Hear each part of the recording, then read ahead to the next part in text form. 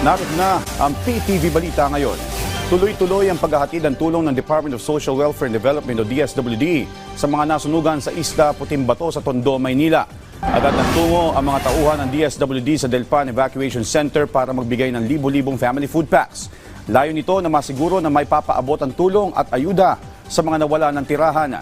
Nag-deploy na rin ang Quick Response Team ang DSWD sa lugar upang kamustahin at i-monitor ang kalagayan ng mga kababayan nating naapektuhan ng sunog. Sa tala ng Manila LGU, hindi bababa sa 2,000 katao ang naapektuhan sa insidente. Sa ngayon, patuloy na inaalam ang sanhi ng nangyayaring sunog. Patuloy ang pagpapaabot ng tulong ng Philippine National Police sa halos 5,000 pulis na naapektuhan din ng mga bagyong Christine, Ophel at Pipito na humagupit sa bansa. Kaugnay nito, inutasan ng PNP Engineering Response Team para sa agarang pagsasaayos ng higit 700 bahay ng mga pulis na matinding napinsala ng mga kalamidad, lalo na sa Ilocos Region, Cagayan Valley, Central Luzon, Calabarzon, Bicol Region at Eastern Visayas. Bahagi ito ng pagtitiyak sa kapakanan ng mga pulis na patuloy pa rin nagseserbisyo sa gitna ng magkakasunod na bagyo.